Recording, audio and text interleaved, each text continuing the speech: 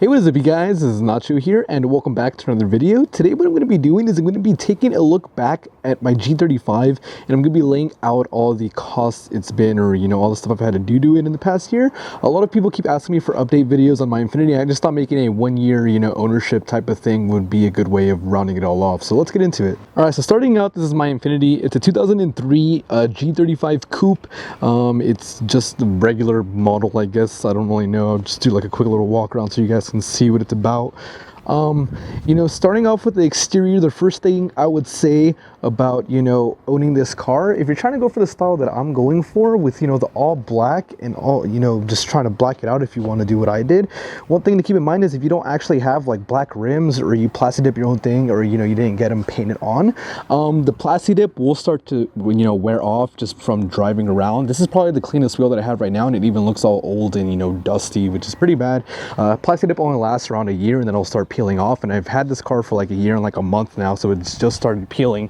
As you guys can see around the edges, it gets pretty bad. It's just I mean, it's not like really crazy or not like bad, but someone who really takes pride in their car, this is like my baby basically, that's like really ugly to me. Moving over to the other side, here's the other rim. As you guys can see, it's kind of like chipping away at the edges, and then right here you already have just like this blatant spot of it peeling off. And moving on to the fourth and last rim, you can see that it even has some kind of like curb rash on it. That's just for me driving, can't really put the blame on anything else, but you can see it's kind of like peeling away here and it's getting lighter and stuff like that.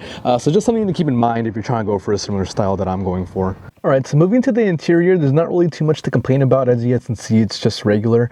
The only thing I will say is that, for the few times we do get rain in California and I accidentally left, my window cracked, more so my fault, you can kind of see that there's like these smudgy marks along, the texture of the interior of my car, and that's just like the wet marks from the rain and all that stuff. I've tried to clean it. I haven't really tried, but I've kind of just tried a little simple with like water and stuff. It doesn't really come off that easily. So that's just something to keep in mind. Looking at the panel even closer, you can see it used to be more so of this black gradient over here, and this is just kind of the paint wearing off from the oils in your fingers rubbing up against it and stuff like that. Just something to keep in mind. Another thing that I would mention is right here you see you have this middle compartment. It's really handy. It's actually pretty good for storing stuff, but there is one thing, and this thing has broken now, the little latch. I don't know how to describe it, but let me lift it up and I'll show you guys what I mean. So looking at it like this little latch part right here is broken. It doesn't actually lock anymore the way it's supposed to, so it just kind of like rattles around, and as I'm driving sometimes it'll just pop open if you go over a speed bump. Like here, just kind of like wiggle it around. And of course it doesn't do it now because I'm making a video, but that is something to keep in mind. Trust me, this thing is very wiggly. You see I just barely even nudged it right there. Like you barely even like tap it and like it loses its grip, You're kind of just barely grasping the edge of it, and trust me, it'll get annoying when you're driving. And other than that, I can't really complain, other than just kind of the paint wearing off on the inside and, this little middle compartment breaking. I can't really complain too much. The rest of the car is still in pretty good condition. It's relatively good for me. I have, all these buttons that work relatively well. I will mention something though. Sometimes as I'm driving, my air conditioner will turn off by itself.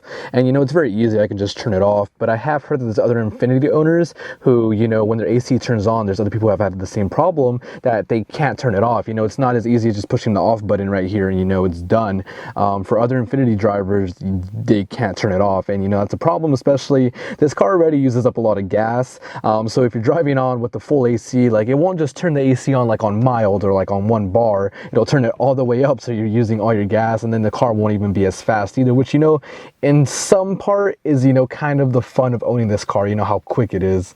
The electronic components work as they're supposed to. Can't really complain. Other window goes down. Not really a problem when it comes down to that. Haven't really had any problems other than the AC turning on by itself. And like I said, the paint just kind of wearing off on the inside. So with that being said, why don't we turn this bad boy on?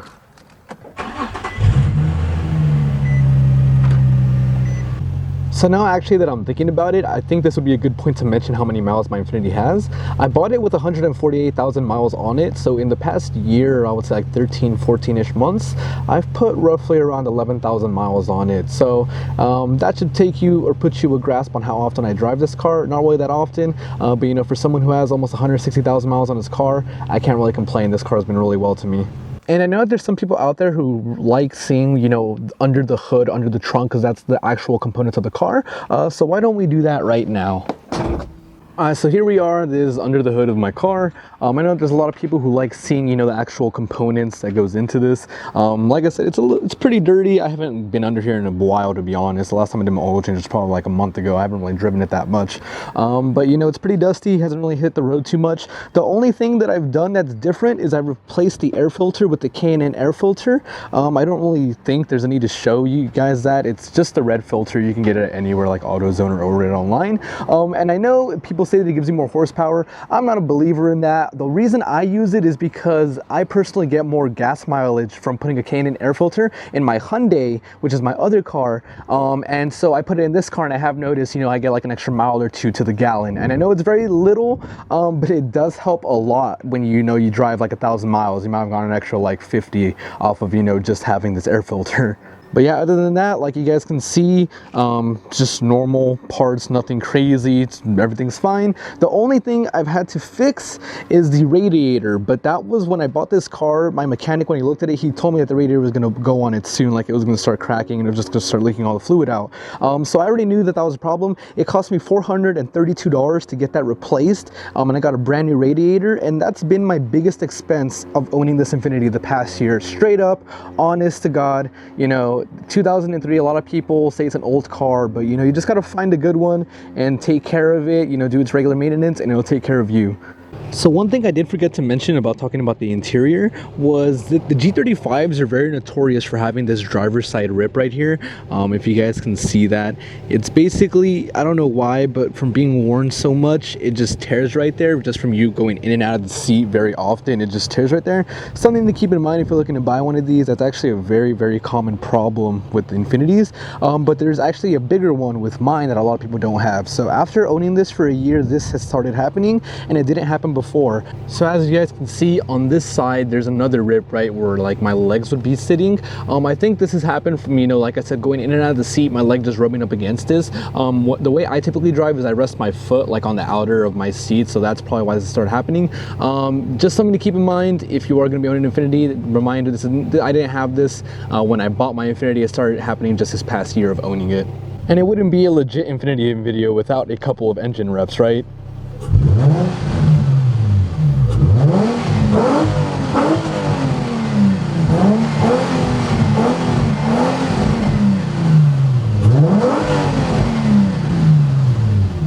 Badass. So final thoughts on a 2003 Infiniti Coupe as an owner for 1 year. I put the windows up so you guys can get the style that I was trying to go for. It's basically, I'm just trying to black out the whole car.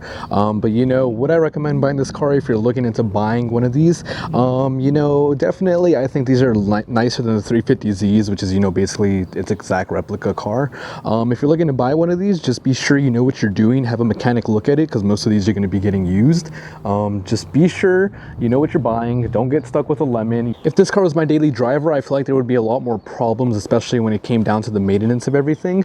You know, I feel like the reason I've been so lucky with this car for how many miles it's had is because I don't drive it that often. You know, I just drive it whenever I feel like going down to Los Angeles, or, you know, just kicking it with my homies and stuff. For the most part, I just drive my Hyundai to work and back, and this is just like city driving, but I don't really go out when I come back home. So if this is a daily driver, I could definitely see the maintenance, you know, under the hood being a little bit more expensive. You know, you gotta maintain it a lot better.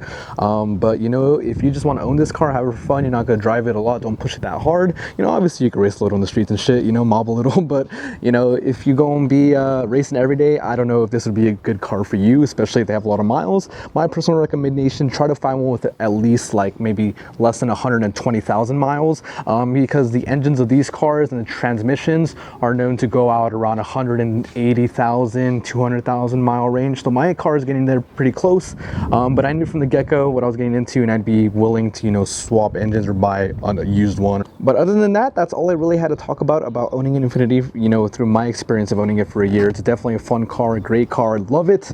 There's not a day where I don't get in it that I don't have the biggest smile on my face, you know.